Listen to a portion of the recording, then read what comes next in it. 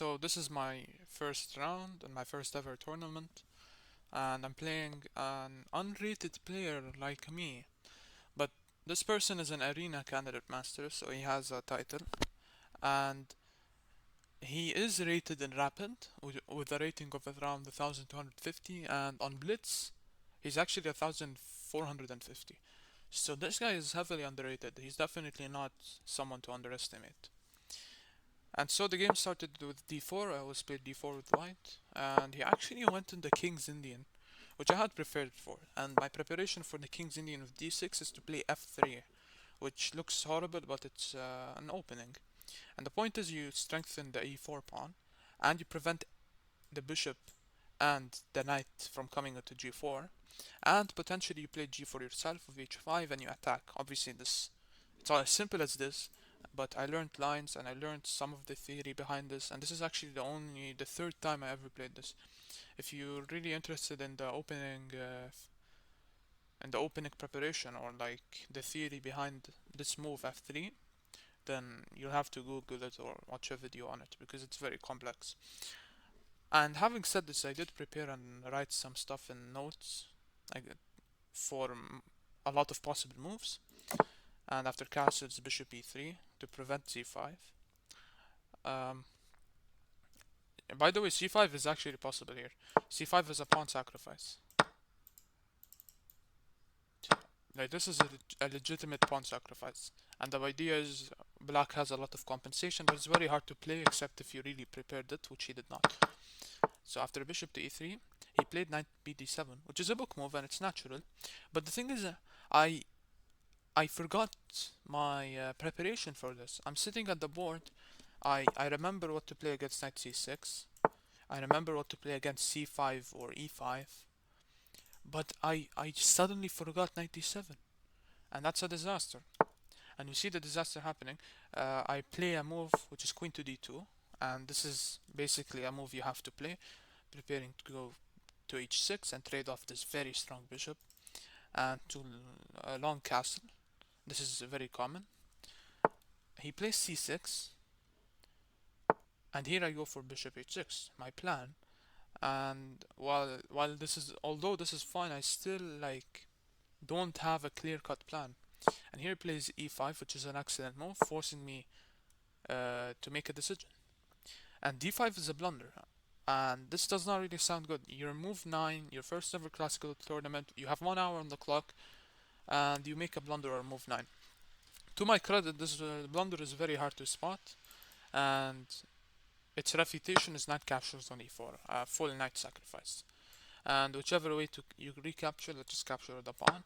There is this queen h4 check, and after you block, now you're going to pick up this bishop. Actually, capturing the bishop, now you're going to sorry, I don't know why I did this. Now you're obviously going to capture the bishop.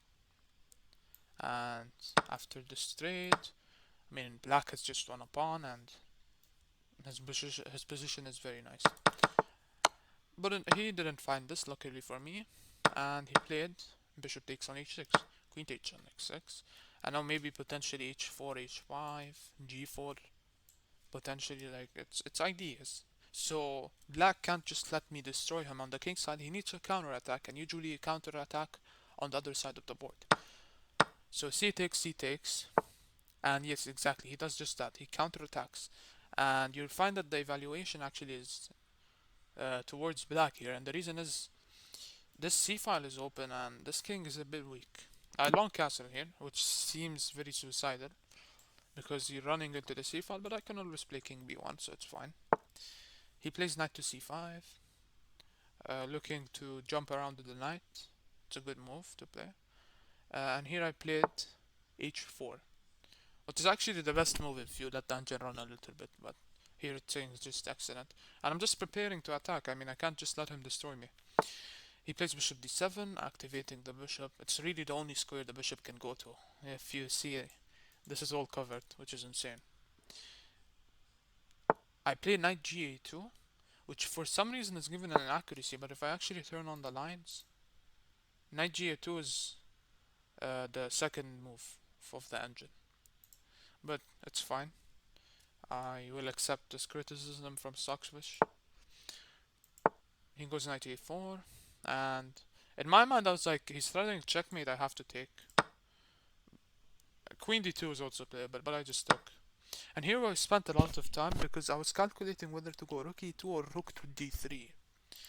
Now rook d2 covers the back rank, but it does cut off the queen from coming to d2. So ultimately I ended up playing rook to d3, which is a mistake. I should have played b3, but b3 just looks way too weakening. But rook d3 is better than rook d2. And the idea is potentially after this check, well, he didn't play the check immediately, but as I said, if he played this check, I would have covered. If my rook was on d2, this position, if my rook was on d2, there's actually no covering because you lose everything. So this is the idea of rook d3. Instead he goes here, queen a5, and very careful here. Do not blunder checkmate in one. Just to illustrate, this is checkmate in one actually. Which is very crazy, in the middle of all of this, just getting checkmated. Obviously I didn't blunder that, I blocked, just like intended, and now he plays. So it's almost like a transposition. And after the game I talked to him and I knew why he played this rook and not this rook. He was setting up a trap. I mean, if you take this rook, now it's not check. If you move this rook, taking is with check, so this is fine. But when you move this, if you take, it's not check and you get checkmated, just like I said. So obviously I didn't fall for this. I played king b1. He took. I took with the knight, obviously. And now my bishop is active, and this position is equal, actually. I thought I was slightly better of some kingside attack, but he can defend that. It's no big deal. He plays the other rook to c8, and I need to find a clutch move, which is bishop to e2. This is a clutch move. Now, he's actually threatening to sacrifice the rook, just to illustrate how close I am to losing. If I am to play bishop d3, he can simply just sack the rook. And you see that you will lose the game. Your bishop is under attack, and it's very hard to defend it. If you like, let's go queen e3 for example.